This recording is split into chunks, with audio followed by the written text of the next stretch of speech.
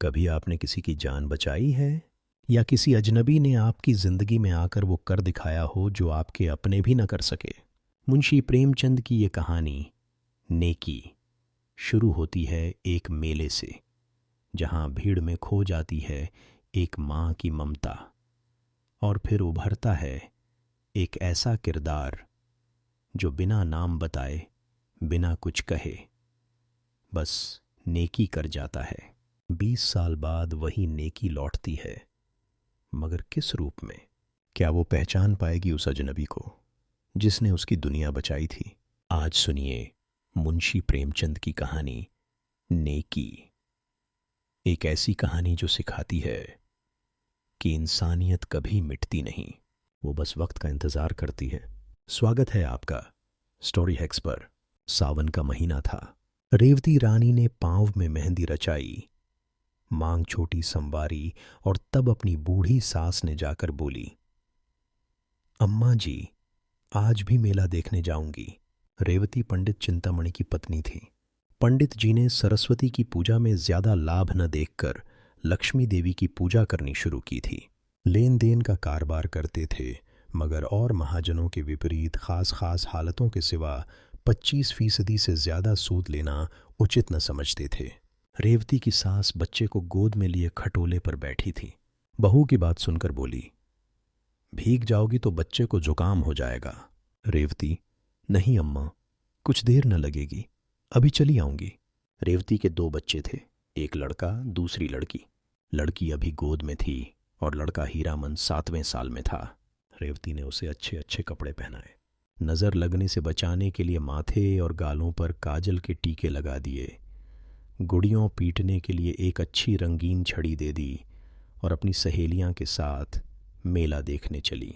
कीरत सागर के किनारे औरतों का बड़ा जमघट था।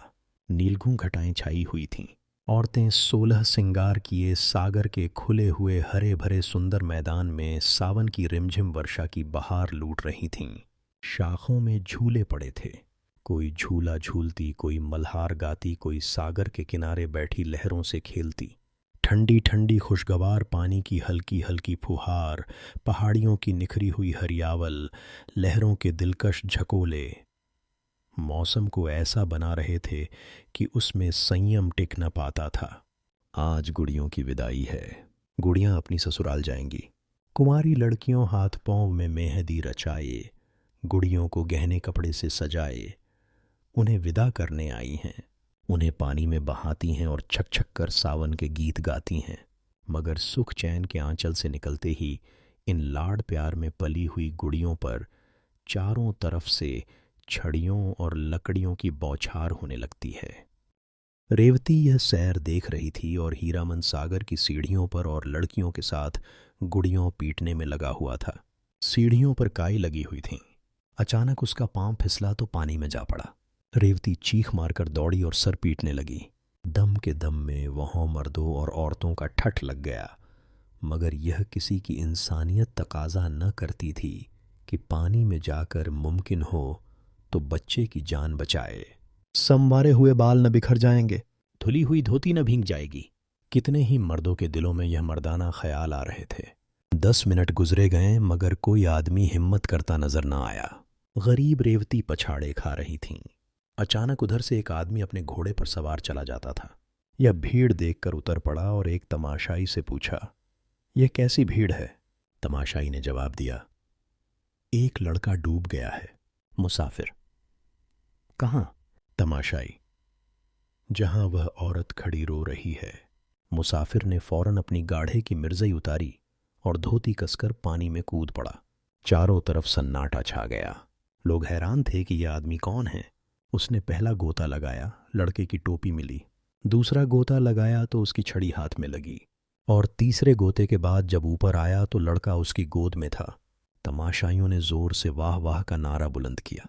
मां दौड़कर बच्चे से लिपट गई।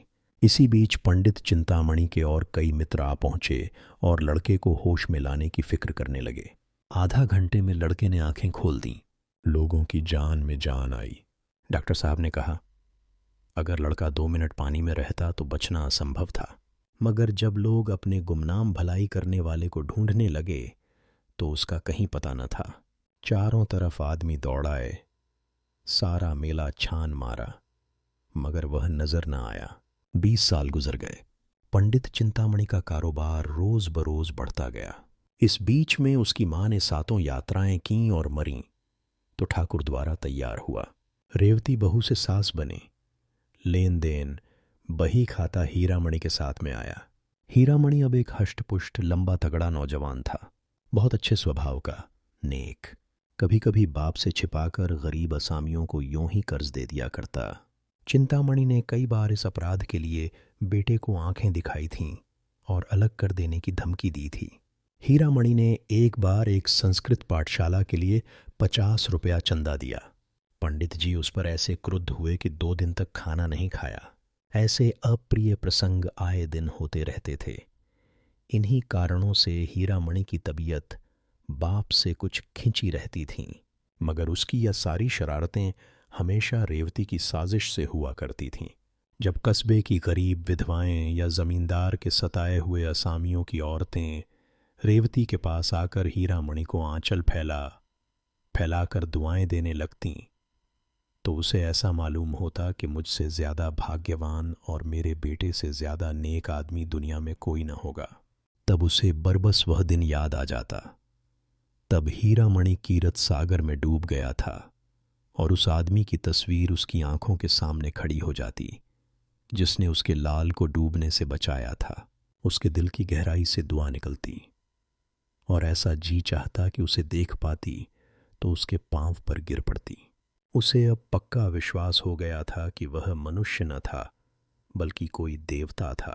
वह अब उसी खटोले पर बैठी हुई जिस पर उसकी सास बैठती थी, अपने दोनों पोतों को खिलाया करती थी। आज हीरामणि की 27वीं सालगिरह थी। रेवती के लिए यह दिन साल के दिनों में सबसे अधिक शुभ था। आज उसका दया का हाथ खूब उदारता दिखलाता था, और यही एक अनुचित खर्च था जिसमें पंडित चिंतामणि भी शरीक हो जाते थे। आज के दिन वह बहुत खुश होती और बहुत रोती, और आज अपने गुमनाम भलाई करने वाले के लिए उसके दिल से जो दुआएं निकलतीं, वह दिल और दिमाग की अच्छी से अच्छी भावनाओं में रंगी होती थीं।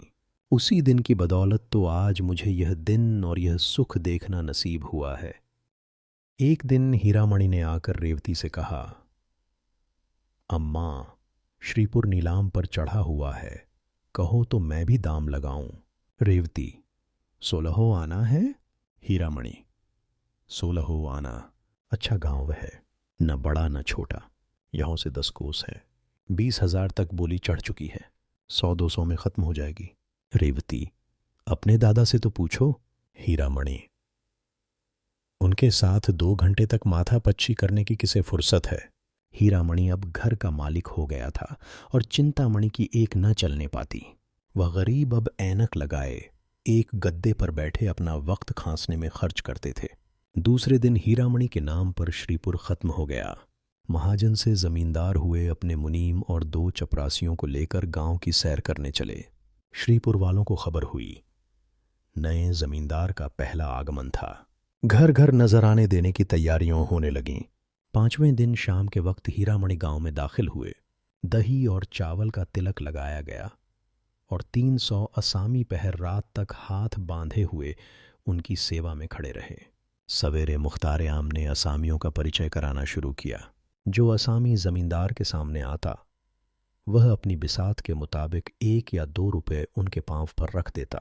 दोपहर होते होते 500 रुपयों का ढेर लग गया। हीरामणि को पहली बार जमींदारी का मजा मिला। पहली बार धन और बल का नशा महसूस हुआ। सब नशों से ज्यादा तेज, ज्यादा घातक धन का नशा है। जब असामियों की फहरिस्त खत्म हो गई तो मुख्तार से बोले, और कोई असामी तो बाकी नहीं है?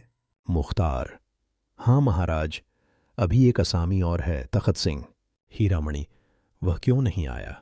मुख्तार, जरा मस्त है। हीरामणि, मैं उसकी मस्ती उतार दूंगा, जरा कोई उसे बुला लाए।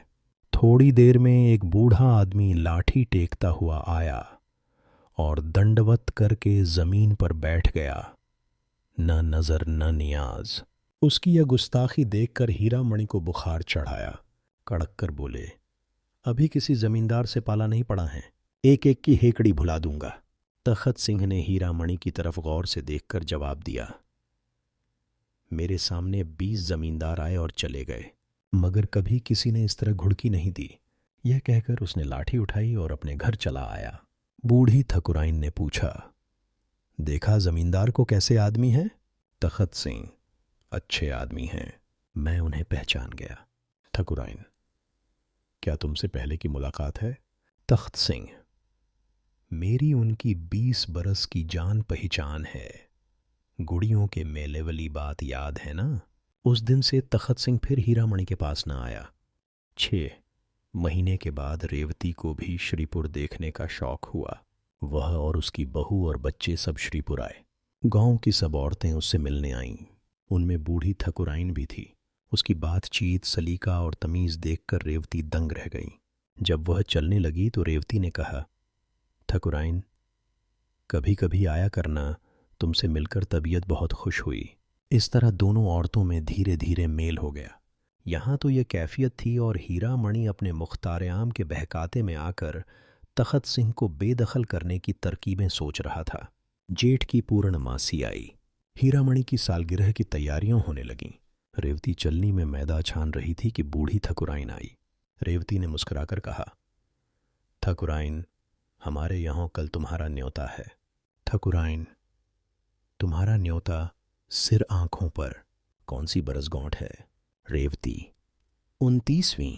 ठकुराइन, नारायण करे अभी ऐसे ऐसे 100 दिन तुम्हें और देखने नसीब हो।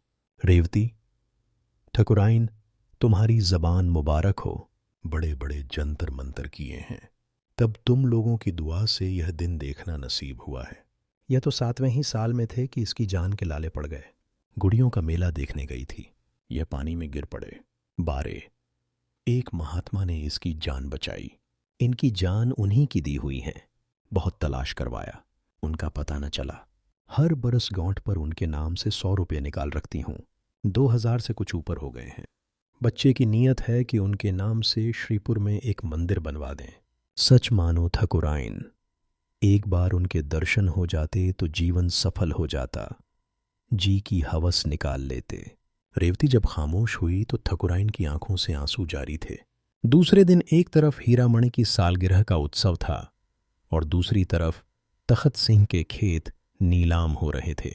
ठकुराइन बोली, मैं रेवती रानी के पास जाकर दुहाई मचाती हूँ। तखत सिंह ने जवाब दिया, मेरे जीते जी नहीं। आषाढ़ का महीना आया।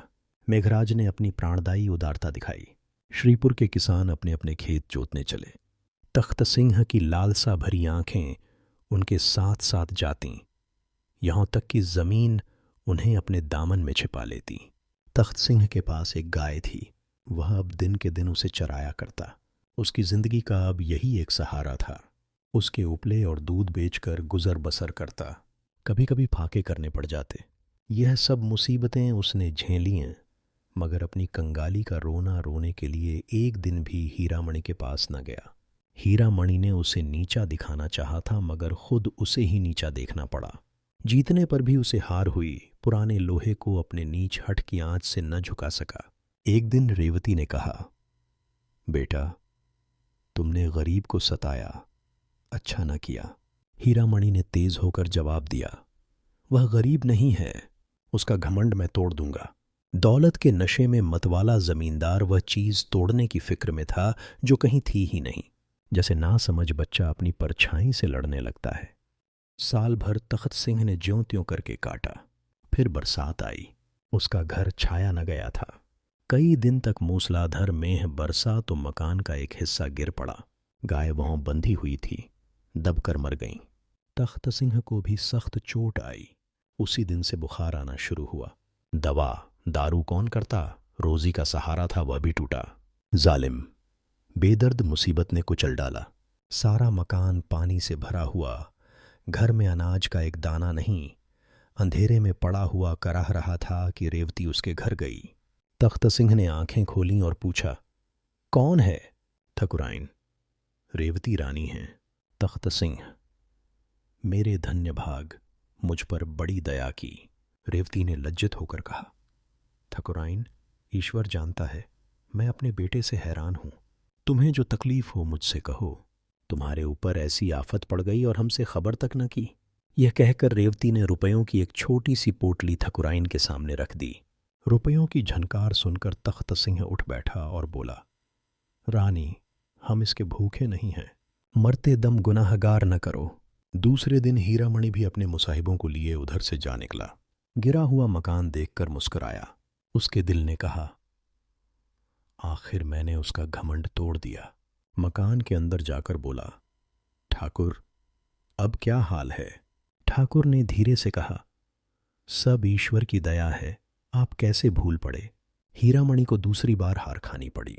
उसकी यह आरजू कि तख्त सिंह मेरे पौंव को आंखों से चूमे अब भी पूरी न हुई।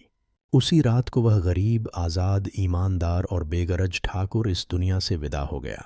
बूढ़ी ठकुराइन अब दुनिया में अकेली थी। कोई उसके गम का शरीक और उसके मरने पर आंसू बहाने वाला न था। कंगाली ने गम की आंच और तेज कर दी थी। ज़रूरत की चीज़ें मौत के घाव को चाहे न भर सकें, मगर मरहम का काम ज़रूर करती हैं। रोटी की चिंता बुरी बला है। ठकुराइन अब खेत और चरागाह से गोबर चुन लाती और उपले बनाकर बेचती। उसे लाठी टेकते हुए खेतों को जाते और गोबर का टोकरा सिर पर रखकर बोझ में हाँफते हुए आते देखना बहुत ही दर्दनाक था। यहाँ तक कि हीरामणि को भी उस पर तरस आ गया। एक दिन उन्होंने आटा, दाल, चावल थालियों में रखकर उसके पास भेजा। रेवती खुद लेकर गई, मगर बूढ़ी ठकुराइन आंखों में आंसू भरकर बोली, रेवती, जब तक आंखों से सूझता है और हाथ पांव चलते हैं, मुझे और मरने वाले को गुनाहगार न करो। उस दिन से हीरामणि को फिर उसके साथ अमली हमदर्दी दिखलाने का साहस न हुआ। एक दिन रेवती ने ठकुराइन से उपले मोल लिए। गांव में पैसे के 30 उपले बिकते थे। उसने चाहा कि इससे 20 ही उपले लूं। उस दिन से ठकुराइन ने उसके यहाँ उपले लाना बंद कर दिया। ऐसी देवियां दुनिया में कितनी हैं? क्या वह इतना न जानती थी कि एक गुप्त रहस्य जबान पर लाकर मैं अपनी इन तकलीफ़ों का खात्मा कर सकती हूँ? मगर फिर वह एहसान का बदला न हो जाएगा। मसल मशहूर है, नेकी कर और दरिया में डाल। शायद उसके दिल में कभी यह ख्याल ही नहीं आया कि मैंने रेवती पर कोई एहसान किया। यह वज़ादार, आन पर मरने वाली औरत पति के मरने के बाद 3 साल तक जिंदा रही।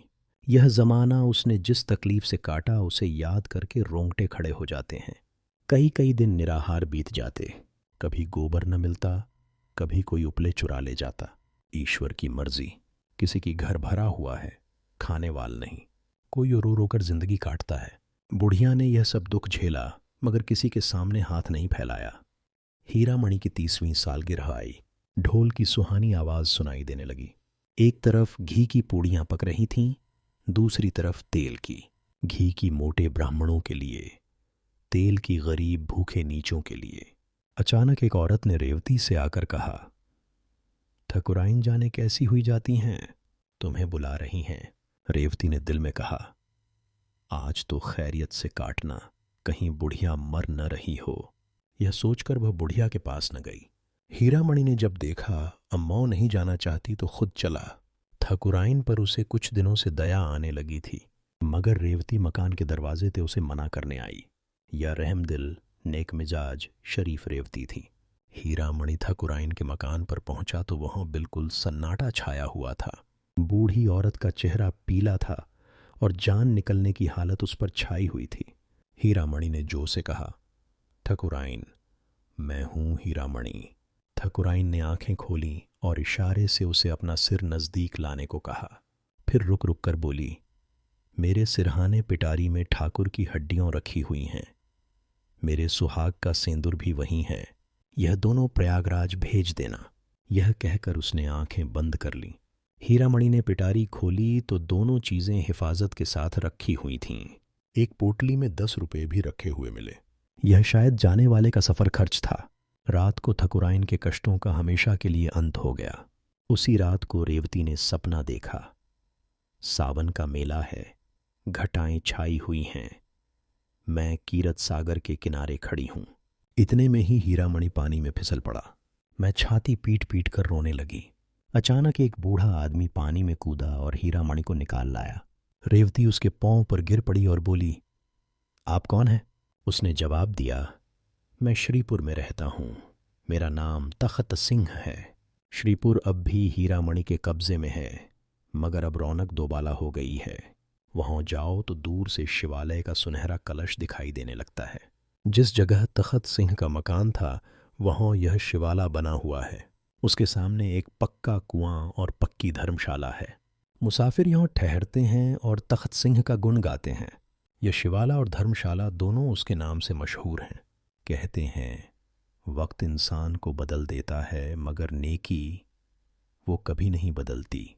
रेवती ने जिस अजनबी को मेले में सिर्फ एक पल के लिए देखा था, उसने बिना किसी पहचान के, बिना किसी इनाम के उसके बच्चे की जान बचा ली थी। सालों बाद जब वही नेक इंसान उसी घर की देहरी पर लौटा, तो तकदीर ने उसे पहचानने की मोहलत भी नहीं दी।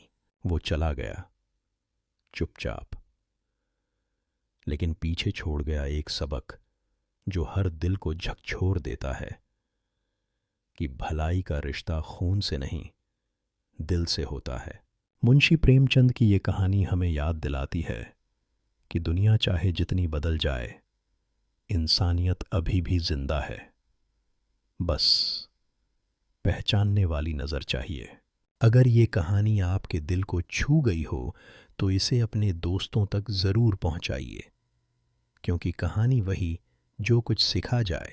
मैं हूं अनिल गुप्ता और आप सुन रहे थे स्टोरी हैक्स, जहां हर कहानी छोड़ जाती है एक एहसास और एक सन्नाटा।